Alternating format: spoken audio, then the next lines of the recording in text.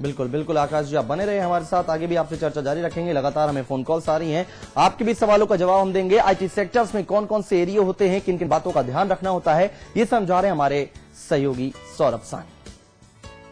दोस्तों, अगर आप कमर्शियल स्पेसेस में इन्वेस्टमेंट करने की सोच रहे हैं तो आपके लिए आईटी सेक्टर एक अच्छा विकल्प है। यहाँ पर आप 5 लाख से लेके 50 लाख तक की इन्वेस्टमेंट कर सकते हैं। मिनिमम इन्वेस्टमेंट वालों के लिए अच्छे ऑप्शंस हैं। यहाँ पर आईटी सेक्टर में किन बातों का ध्यान रखना चाहिए और कौन से स्पेसेस में आप इन्वेस्टमेंट कर सकते हैं, हम आपको बताएंगे। आईटी सेक्टर में बात करें तो 3 तरीके के स्पेसेस होते हैं: प्रोफेशनल एरिया, एग्जीक्यूटिव एरिया और कॉर्पोरेट एरिया। बात करते हैं पहले प्रोफेशनल एरिया की। प्रोफेशनल एरिया की बात करें तो प्रोफेशनल एरिया में आप मिनिमम 150 स्क्वायर फीट से लेके 500 स्क्वायर फीट तक की एरिया में इन्वेस्टमेंट कर सकते हैं। यानी इसमें आपको एक केबिन मिलेगा जो कि बॉसेस के लिए होगा। उसके अलावा आपको 2 से 3 वर्क स्टेशन मिलेंगे आपके एम्प्लॉयज के लिए। आप अगर प्रोफेशनल एरिया में इन्वेस्टमेंट करना चाह रहे हैं तो आपको 3 से लेके 7-8 लाख तक की इन्वेस्टमेंट में अच्छा एरिया मिल जाता है। इसके बाद बात करते हैं हम एग्जीक्यूटिव एरिया की। एग्जीक्यूटिव एरिया में बात करें तो मिनिमम 500 स्क्वायर फीट से लेके आपको 2000 स्क्वायर फीट तक आप एरिया में इन्वेस्ट कर सकते हैं। यानी इसमें आपको 2 केबिन्स मिलेंगे जो कि बॉसेस के केबिन होंगे। इसके अलावा आपको 6 वर्क स्टेशन होंगे और आपके लिए पेंट्री और टॉयलेट्स के अच्छे ऑप्शंस होंगे। बात करते हैं कॉर्पोरेट एरिया की। कॉर्पोरेट एरिया की बात करें तो ये वो एरिया है जहां पर आप अपने रेस्ट के साथ साथ ऑफिस का काम भी बहुत अच्छे तरीके से निभा सकते हैं। बात करते हैं इस एरिया में मिनिमम कितने एरिया से आप स्टार्ट कर सकते हैं। 300 स्क्वायर फीट से लेके आप 2000 स्क्वायर फीट तक की इन्वेस्टमेंट कर सकते हैं एरिया में और इसे आप अपने हिसाब से कस्टमाइज भी करा सकते हैं। यहाँ पर एक केबिन होगा आपका, 3 वर्क स्टेशन मिलेंगे। इसके अलावा बिजनेस लॉन्ज होगा। बिजनेस लॉन्ज में फर्नीचर होगा जिसे आप बेड की तरह भी यूज कर सकते हैं और टॉयलेट्स और पेंट्री के ऑप्शन मिलेंगे आपको। मिनिमम इन्वेस्टमेंट इसमें आपकी 15 से 25 लाख तक की इन्वेस्टमेंट होती है जो कि आपके लिए रेंटल इनकम बहुत अच्छी दे सकती है आपको। अगर आप आईटी सेक्टर्स में इन्वेस्टमेंट करने की सोच रहे हैं तो आप जिस भी बिल्डर के यहाँ इन्वेस्टमेंट करने जा रहे हैं उसके लिए आपको कुछ बातों का ध्यान रखना पड़ेगा। क्या आपको बिल्डर एश्योर्ड रिटर्न के ऑप्शन दे रहा है? क्या आपको रेंटल की गारंटी दे रहा है बिल्डर?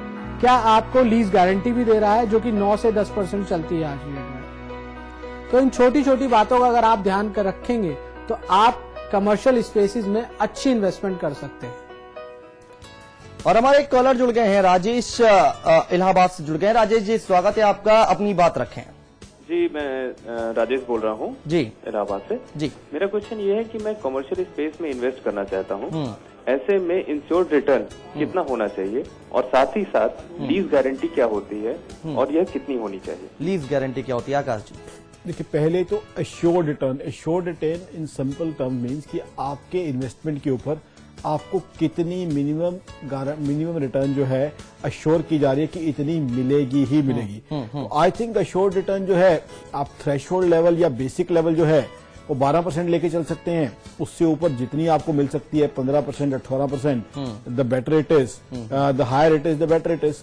लीज गारंटी की है कि आपकी जो ऑफिस स्पेस है पहले दिन से ही उसको लीज रेंटल पे चढ़ा दिया जाएगा। अब लीज गारंटी जो है ये बिल्डर की तरफ से हो सकती है, डेवलपर की तरफ से हो सकती है, थर्ड पार्टी की तरफ से हो सकती है कि आपकी जगह खाली नहीं रहेगी, आपको कोई ना कोई लेसी मिल जाएगा। यानी सिंपल टर्म में आपके ऑफिस में किराएदार आपके लिए अश्योर्ड है, यानी ऑफिस आपको पहले दिन से कमाई देता रहेगा। इसको आप जो है लीज गारंटी का आप देसी भाषा में ये मतलब निकाल सकते हैं। बट इसके अंदर मैं एक वर्ड ऑफ कॉशन जो है व्यूअर्स को बताना चाहूंगा।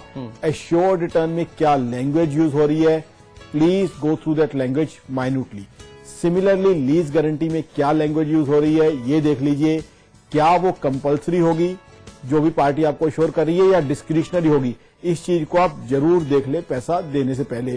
Please read this document very carefully, very meticulously.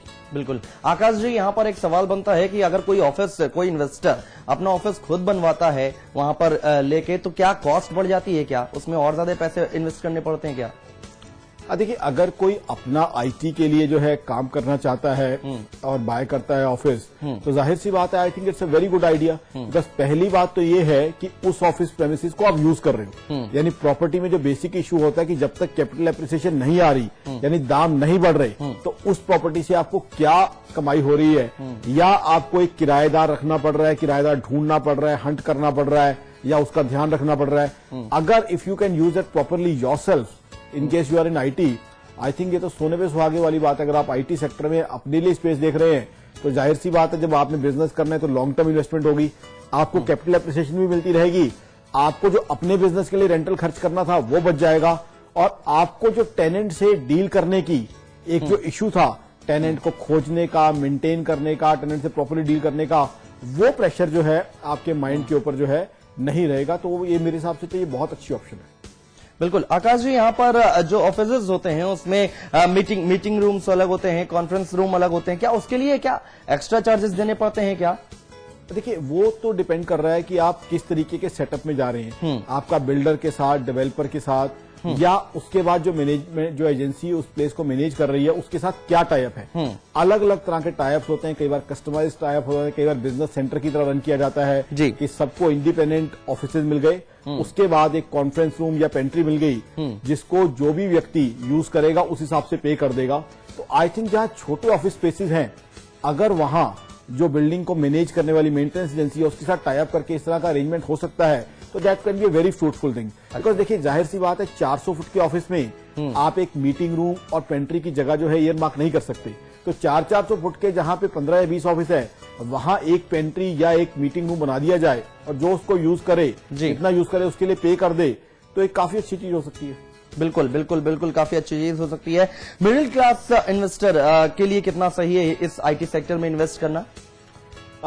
Middle class investor के लिए मेरे हिसाब से एक एवरेज डिसीजन होगा, लेकिन जो एफ्लुएंट इन्वेस्टर है, जो अपर क्लास इन्वेस्टर है, उसके लिए ज्यादा अच्छा डिसीजन हो सकता है। बिल्कुल। लेकिन मैं अगेन कहूंगा, वेरी फ्रैंकली, मिडिल क्लास के लिए मैं कहूंगा, अगर उसे इन्वेस्टमेंट करनी है, पहली इन्वेस्टमेंट उसकी रेजिडेंशियल अपार्टमेंट में होनी चाहिए। सेकंड चॉइस ये हो सकती है, मिडिल क्लास को भी अगर आप स्ट्रेच करते हैं, उसके बाद बजट अच्छा है, तो सेकंड इन्वेस्टमेंट ये हो सकती है। लेकिन जो रिच क्लास है, रिच क्लास के लिए मेरे हिसाब से आईटी सेक्टर में इन्वेस्ट करना जो है वो ज्यादा फायदेमंद हो सकता है, वो बेहतर साबित हो सकता है। एक कॉलर हमारे जुड़ गए हैं जी, कहिए अपनी बात। मैंने डीएलएफ में एक कमर्शियल प्रोजेक्ट में 50 लाख रुपए का इन्वेस्ट किया था जी, और वो प्रोजेक्ट अभी डिले चल रहा है जी। तो क्या मुझे इस प्रोजेक्ट में आगे और पैसा लगाना चाहिए, या फिर मुझे निकाल लेना चाहिए, कि जो मेरे लिए बेहतर साबित हो, वो सजेशन में चाहूंगा आपसे। देखिए, पहले तो आप स्पेसिफिक प्रोजेक्ट में देखिए कि प्रोजेक्ट चाहे डिलेड चल रहा है, आपकी जो है कैपिटल एप्रिसिएशन हुई है क्या, तो आप ये देखिए कि आपकी कैपिटल की क्या पोजीशन है। दूसरा, आप बिल्डर से स्टेटस रिपोर्ट मांगिए, और मैं अगेन तमाम चैनल्स पे और इस चैनल पे भी बिल्डर से ये आग्रह करूंगा कि स्टेटस रिपोर्ट, कंस्ट्रक्शन किस लेवल तक पहुंची है, वो अपने सभी फ्लैट बायर्स को अवेलेबल कराएं। अगर सबको कॉरेस्पॉन्ड नहीं कर सकते तो एटलीस्ट नेट के ऊपर उसकी अवेलेबिलिटी रखें, ताकि फ्लैट बायर देख सकें। उसके बाद आप डिसीजन ले कि आपको कंटिन्यू करना है कि नहीं करना, और अगर आपको विड्रॉ भी करना है तो विड्रॉल कैसे होगा, क्या बिल्डर को सरेंडर करना पड़ेगा, उसमें आपको जो है कुछ चार्जेस लगेंगे, या आपको कैपिटल एप्रिसिएशन मिल रही है। अंडर कंस्ट्रक्शन प्रॉपर्टी में कई बार कैपिटल एप्रिसिएशन मिलती है। If you are getting a capital appreciation, I think the exit route is much easier. अगर ये है कि आपको कुछ डिस्काउंट पे बिल्डर से पैसा वापस मिल रहा है, तो then I will suggest you to stay invested there. बिल्कुल, अब हम आशा करते हैं कि आपके सारे सवालों का जवाब मिल गया होगा, और मदद आपको जरूर मिलेगी आगे आने वाले समय में आप लोगों को कि किस तरह से इन्वेस्ट करें आईटी सेक्टर्स में। आकाश जी, आप स्टूडियो में आए उसके लिए बहुत बहुत शुक्रिया बातचीत के लिए। और आप देख रहे थे प्रॉपर्टी एक्सपर्ट, हमारा खास कार्यक्रम। अगले हफ्ते फिर मिलेंगे रविवार को शाम 4 बजे। तब तक के लिए नमस्कार।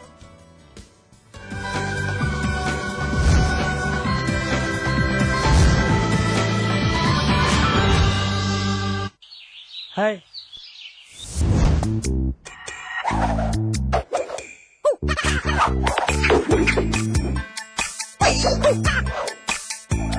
कितनी भी कोशिश कर लो, पानी तो इंटरेस्टिंग नहीं हो सकता। पानी? कैच पियोज, सादा पानी मत पिलाओ, जरा कैच पियोज तो मिलाओ। आम पन्ना, नींबू पानी, जलजीरा और बहुत सारे मजेदार फ्लेवर्स में। एक परफेक्ट इंजीनियर बनने से पहले, स्टॉक मार्केट में अपनी जगह बनाने से पहले, सॉफ्टवेयर प्रोफेशनल बनने से पहले, एक मल्टीनेशनल ग्रुप का सीईओ बनने से पहले, मार्केट के उतार चढ़ाव को समझा, मैनेजमेंट के कॉन्सेप्ट्स को समझा, एक परफेक्ट स्टूडेंट बना। मैंने डिग्री हासिल की। I studied at quantum quantum global campus, जिंदगी को दे नई दिशा। ये कहानी है एक अजीबोगरीब फैमिली की, जिसके फादर थे बड़े डैडी, इसलिए उनकी वाइफ रूपाली रहती बड़ी सैडली। फिर एक दिन उनकी जिंदगी में आया नया रिफ्रेशिंग मिनी गम्स। इंटरेस्टिंगली उनकी वाइफ रूपाली टोटली 3 बच्चों को दुनिया में लाके कटली। मैडम कटली आगे जाके तीनों ब्रदर ली खानदान का नाम रोशन करते रहे। कैसे? बस पूरा लेते रहे चिंगल्स। Refreshing mini gums. ये क्या? भिखारियों की जमात बढ़ाने के लिए अपना भाव यहाँ बनवाती है झूठे सख्त फर्जी घाव। देखिए भिखारियों का सैलूट जागोरे में आज रात 8:30 बजे सिर्फ समाचार प्लस पर। जालौन में दिन दहाड़े दरिंदगी, दबंगों ने पिता और बेटे के हाथ पैर काटे, घायल पिता की मौत, बेटे की हालत गंभीर। नोएडा एक्सटेंशन में किसानों ने फिर किया हंगामा, बिल्डर्स को दिया अल्टीमेटम, मांगे पूरी होने तक न कराए निर्माण कार्य। लखनऊ में 10,000 से ज्यादा युवाओं को मिला बेरोजगारी भत्ते का तोहफा, मुख्यमंत्री अखिलेश और एसपी सुप्रीमो मुलायम ने बांटे चेक। बीजेपी नेता मुख्तार अब्बास नकवी का बयान, बेरोजगारी भत्ता बांटने से और बढ़ेगी बेरोजगारी, युवाओं को रोजगार दे सरकार। लखनऊ समेत यूपी के कई शहर आतंकियों के निशाने पर, मिलिट्री इंटेलिजेंस ने किया खुलासा। रायबरेली में अस्पताल के बाहर तड़पती रही घायल महिला, शरीर में कीड़े पड़ने के बावजूद प्रशासन ने नहीं ली सुध। बाल ठाकरे की नजर में सुषमा स्वराज हैं प्रधानमंत्री पद के लिए सबसे बेहतर उम्मीदवार, बीजेपी ने ली चुटकी, नेतृत्व के लिए किसी एक परिवार पर निर्भर नहीं। बाल ठाकरे पर पूछे गए सवाल पर आजम खान का बयान, कहा बाल ठाकरे आदमी नहीं शेर यानी पशु हैं, शेर से क्या बात करना। भारत में श्वेत क्रांति के जनक वर्गीस कुरियन का निधन, गुजरात के नाडियाड अस्पताल मिली अंतिम सांस। और अंतरिक्ष में इसरो ने भरी कामयाबी की 100वीं उड़ान, फ्रांस और जापान के उपग्रहों का PSLV के जरिए सफल प्रक्षेपण, पीएम ने दी बधाई।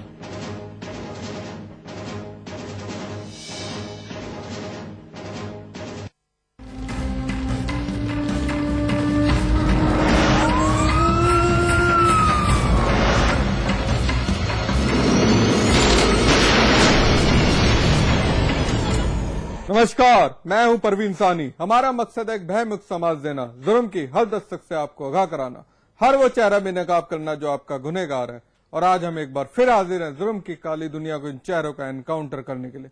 देखते रहिए एनकाउंटर।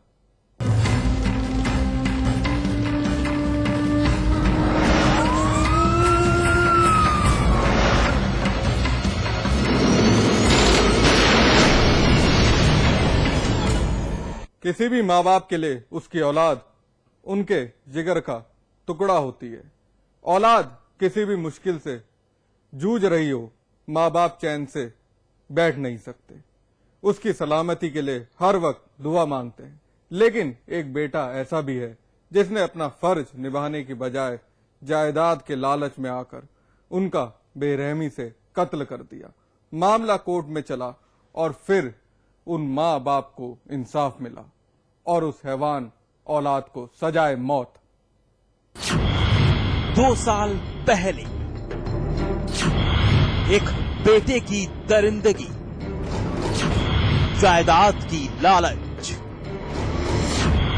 माँ बाप का कत्ल, जिंदा आग के हवाले किया। 2 साल बाद अदालत ने किया इंसाफ, कातिल औलाद को मिली सजाए मौत।